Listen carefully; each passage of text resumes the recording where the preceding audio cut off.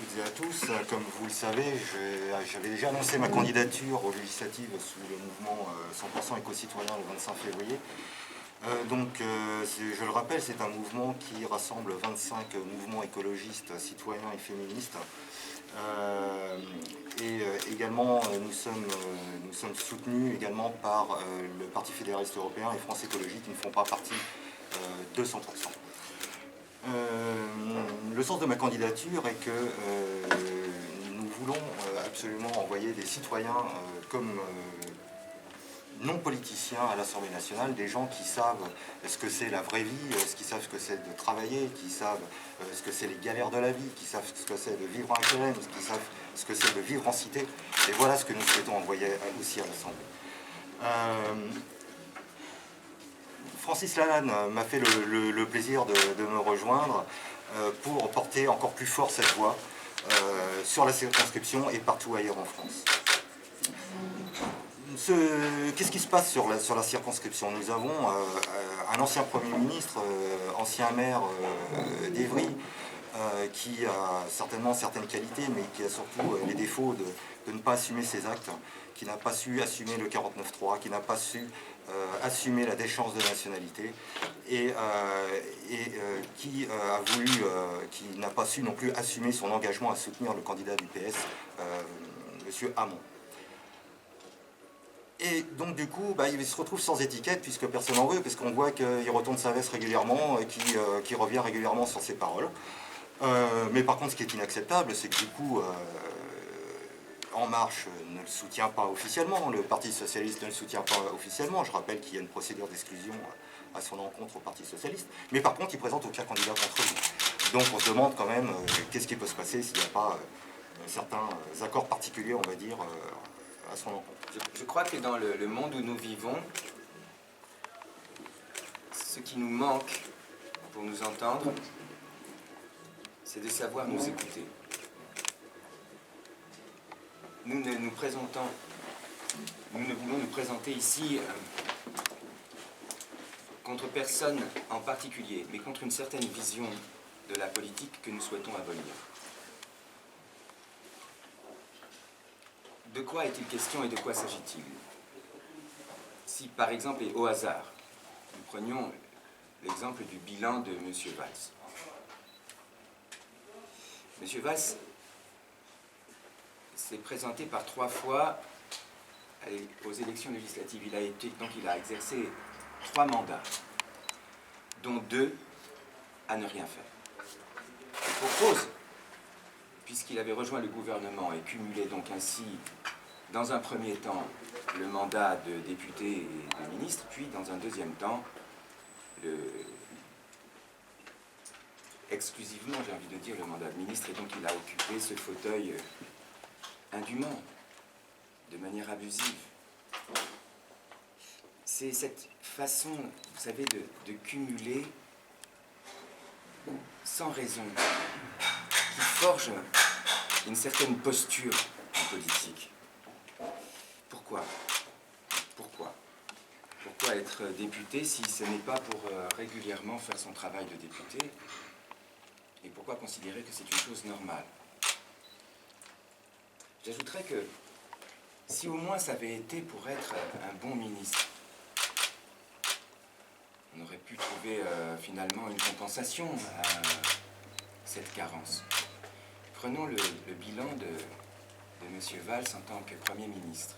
À son départ, lorsqu'il a quitté le gouvernement pour les primaires socialistes, c'est-à-dire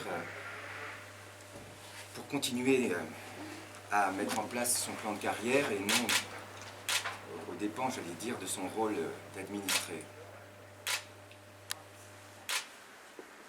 Lorsqu'il s'en va donc du gouvernement, le chômage a augmenté, les impôts ont augmenté, la dépense publique a augmenté, la dette est passée de 90% du PIB à 97% du PIB.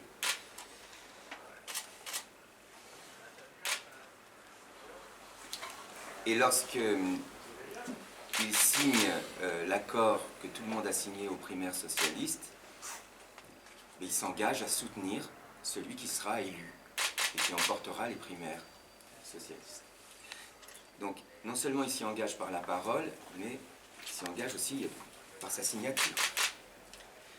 Donc, si on s'en réfère à ses compétences, on a pu vérifier pendant une période où il a eu sa chance de résoudre les problèmes de nos concitoyens, on a pu mesurer que sa compétence était nulle, puisque non seulement il n'a pas résolu en tant que Premier ministre, ni en tant que député d'ailleurs, les problèmes de nos concitoyens, nos problèmes, les problèmes des Françaises et des Français, mais en plus on constate que sur le plan humain, c'est quand même pas un homme très digne de parole, puisque non seulement il trahit sa parole, mais il trahit sa signature. Donc est-ce qu'on peut faire confiance à quelqu'un d'aussi opportuniste sur le plan humain et d'aussi incompétent sur le plan politique? Eh bien, moi je trouve que ça suffit, non? Je trouve qu'il a eu sa chance et je pense que continuer à se présenter comme étant l'homme providentiel en ayant un bilan aussi négatif, je trouve que ça, c'est presque un petit peu se moquer du monde. Je trouve que c'est outrecuidant. Voilà. Et je pense qu'il serait temps, peut-être, avant de revenir en politique, que M. Valls aille refaire un tour dans la société civile, déjà fasse l'expérience du chômage,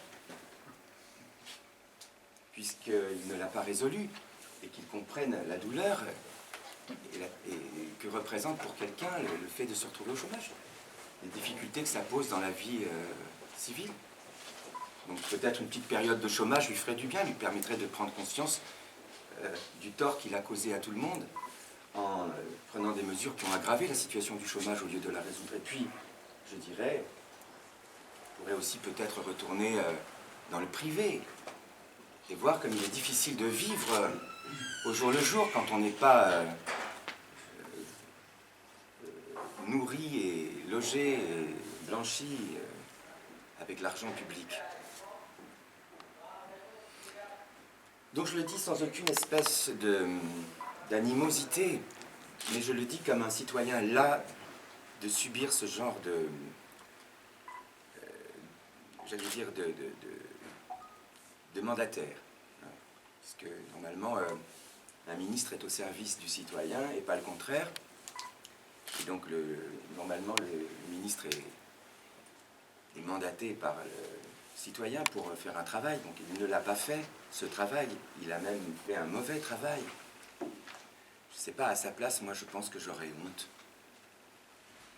J'aurais plutôt envie de m'excuser auprès de mes administrés que de leur dire, mais vous allez voir, cette fois-ci, ça va marcher. Je veux dire, jusqu'à quand? Ça fait 3 mandats de député, un mandat de Premier ministre. On ne peut pas dire qu'il n'a pas eu sa chance ni les pouvoirs pour résoudre les problèmes qui se posent à notre société et à nos concitoyens. Donc, aujourd'hui, est-ce que c'est vraiment raisonnable de venir encore se présenter? J'ajouterais, dans ces conditions, les conditions qui ont été évoquées par Jacques, on nous dit que M. Valls est indésirable dans le mouvement républicain En Marche. Et donc on lui refuse d'en faire partie. Très bien. On nous dit que M. Valls, ayant trahi, ce qui est vrai, le Parti socialiste, parce qu'il ne s'agit pas encore d'avoir rejoint le mouvement lorsqu'il s'est mis en mouvement, mais on le rejoint après la bataille, après l'avoir dénoncé, après avoir dit qu'on resterait fidèle à ses compagnons et à sa famille politique. Ça, à ce moment-là, ça devient une véritable trahison, oui. Avant, ça peut être un changement de vision, un changement d'opinion légitime, il n'y a que les cons qui ne changent pas d'avis. D'accord ? Mais là, après la bataille, quand tout s'est joué, quand on a essayé de manger à l'autre râtelier, de vouloir s'imposer comme ça en disant non, alors finalement, oui, alors mes compagnons ne le sont plus, mes adversaires doivent m'accepter parce que quoi? Mais on nous dit que le Parti socialiste va exclure M. Valls et donc ne va pas le soutenir. Mais excusez-moi, je n'ai pas très bien compris. N'est-ce pas soutenir M. Valls que de ne pas présenter de candidat socialiste contre lui? N'est-ce pas soutenir M. Valls que de ne pas présenter face à lui des candidats de La République En Marche?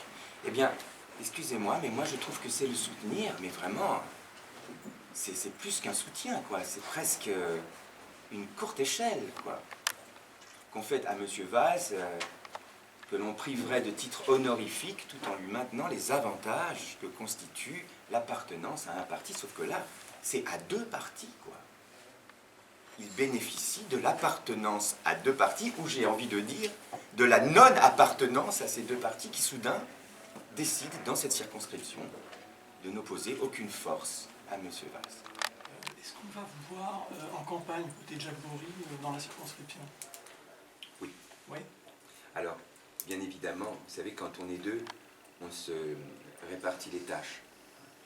Vous avez compris que Jacques m'a un peu confié celle de la parole, mais c'est à dessein, et de toute façon, c'est ce que je sais faire dans la vie. Il faut savoir faire ce qu'on sait faire, et voilà, ça ne sert à rien de faire ce qu'on ne sait pas faire. Je veux dire, Jacques est une personne qui sait faire beaucoup de choses que moi, je ne sais pas faire.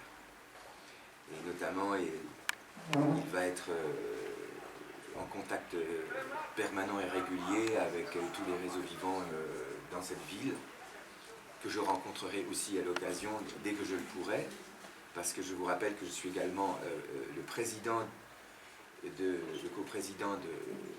de l'Alliance écologiste indépendante et de 100%, et que d'autres candidats vont requérir aussi ma présence sur le terrain, et bien évidemment, je ne vais pas les abandonner, mais vous me verrez, je veux dire, un peu, je serai beaucoup plus présent aux côtés de Jacques qu'aux côtés des autres, car voilà, ça fait partie de mon rôle de suppléant que j'entends assumer pleinement.